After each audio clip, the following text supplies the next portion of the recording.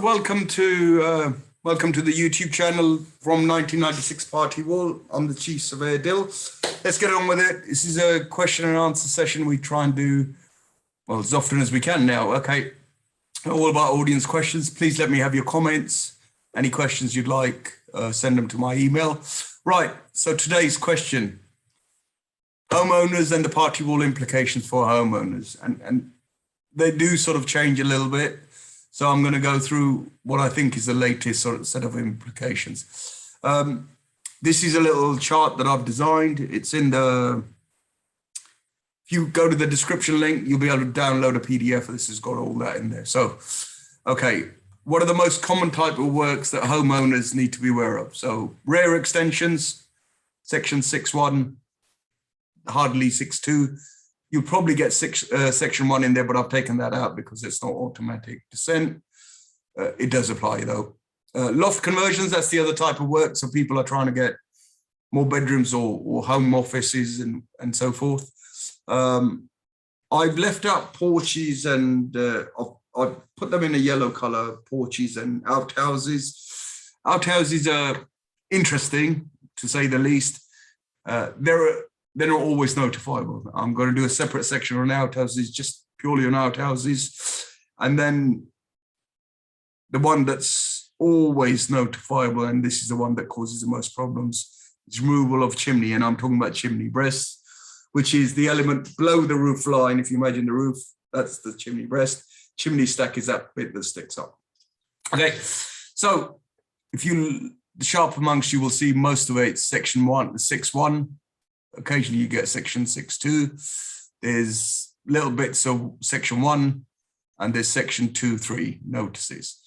The next column shows the notice period. So if you're planning to do a loft, you should ideally start at least 2 months before. And the last one, and I've tried to whittle the amount of information down to the most useful, is whether it's descent or consent. Descent means, you look in this last column, let's get the pointer out. If you look at this last column, descent means that if a neighbor doesn't reply, that means it's seen as a descent. And it doesn't mean they're going to stop your works. It's just descent to the party wall notice, which then means you have to go to the 10-4 process and appoint a surveyor on their behalf. The only one that's automatic consent is section 1. And I'll go through all of those sections later on in a separate video. Yeah. So, basic terms. So this is useful to have. You should know this. Building owner, you always get one building owner, whether that's a leaseholder or a freeholder. There's only one building owner, and these are the parties that are going to carry the works out. It could be a body corporate or could be a personal owner. It doesn't matter. Yep. On the adjoining owner side, you can have 4 types of owners, and there could be multiple adjoining owners of each. You've got the freeholders. You've got leaseholders of more than 1 year. You've got people who have rights to receive profits. So sometimes you come across people who've entered into a contract to buy, but it's a long-term completion. So they've got rights to receive profits, and they're actually notifiable owners. And last but not least, it is contracted to buy. Now that gets interesting as well, because people say, oh, they're selling their house next door, which means as soon as the new owners will exchange their contract to buy, they become notifiable.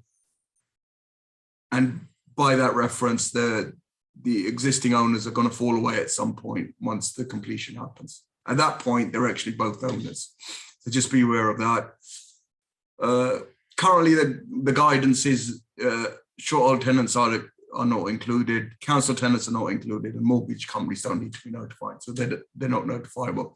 Now, the reason I've outlined this freeholder box is the template notice, unfortunately, should only be used by people doing their own notices for basically if you've got houses that are freehold owned, not if they're split into flats, you should really get help and it gets more intriguing. Or if you're in a flat, in a house that's been divided into flat, you should get professional help because it's going to cause you challenges. So just remember that. Now, the party wall process is a 2-stage process. Stage 1 is the notice stage. It is not a party wall agreement. Yeah. So served with, you've got to serve it in writing, and it's got to be by the building owner to start the party wall process. This is very much similar to other frameworks of law where you've got a two-step process, and stage 2 depends on the reply by the adjoining owners. Now, most homeowners think that's unfair because they're used to consumer law, which is sort of on their side. But here, you're talking about property law, which is a different beast. So, and that's where sometimes the mismatch comes from. So the stage 2 is decided by the adjoining owners. And that's why when we give quotes or when people talk about it, it sounds more complex. It is actually more complex than even it's described on this video. So there's a lot to this stuff. So schedule of condition is basically a photographic survey that helps the building owner protects them from false and malicious claims. So it's very much like when you rent a car, they'll take photographs of the car, and when you bash it up, they'll say, Dale, we didn't give the car to you like this. It was all shiny and new, and you've just turned it into a Jordan Belfont special. You were in trouble, mate. So, or conversely, we've been in places where there's a great big crack down the wall. We've looked out the window and said, well, they haven't started works. They couldn't have put it there. So, and if you're the person getting the works done, that's going to be good for you because that's going to protect you from false and malicious claims. The other thing the adjoining owners can request is a party wall agreement. It's called a party wall award, technically, and that terminology can be used interchangeably. This is a legal document which sets out rights and responsibilities of both parties and procedure if there's damage. Now, quick word of warning, there's something going on. I've heard a rumor that somebody didn't do a party wall agreement. There might be more to it than this, and the Loft is being asked to be taken down by courts. I don't know any more at the moment, looking into that. So the process for each adjoining owner. Now, you could be in a terrace house, have a number of owners, freehold, leasehold, and maybe various amounts of owners. It can be really crazy sometimes and feel quite bad. But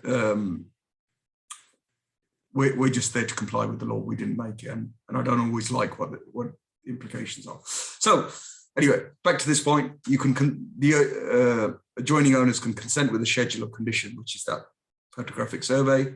Therefore, for that owner, you're ready to go. I would advise mainly to clear all the adjoining owners before starting a project, depending on the size and how you manage it. You could do it when one side's ready to go. Okay, but that's a separate point. The next way the adjoining owners can respond is to send to the notice, but agree to use the same surveyor, or they can appoint their own surveyor. Again, there's a legal history behind that. I'm not going to go into it now. The output is very much similar. It's a schedule of condition if the adjoining owners give us access or give the surveyors access, and a party wall award. And the outcome is, again, once you clear that, you're ready to go start works there. Now, this is a bit that's left out of the government booklet, and I need to emphasize this. You really need to understand this bit. So once you serve a notice, there's no response, you send them a reminder letter. If there's no response to that reminder letter, I might do a little presentation on this separately, just on the 10-4 process.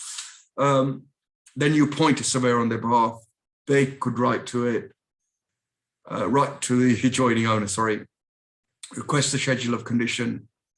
Whether there's a response or not, you do a party wall award, and bingo, you're away. Then you already start works on that. So, sorry, let me go back. That's basically an overview process, and this is a simplified version, and I think it's quite a good diagram, actually. You should actually look at this. This is a government booklet.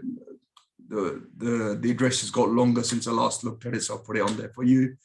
But this is our I'm not going to say addendum, it's a further template that you can download absolutely free. Look at the description and look at the thing in the description, the link, just apply for it, you can get latest version. Not only has it got a checklist of how to do it properly, so you're covered, it's also got simplified notices. We worked quite hard to get these, so these are a lot more simplified. feel free to use this, print them out and use them. And let me have your comments and questions. So thank you for viewing. We're going to try and do more content this year. Let me have your questions. I really look forward to putting more content and see how we can help you. You know, the usual stuff for YouTube. I forgot what it is. Subscribe, click and like and share and all of that. Thank you very much.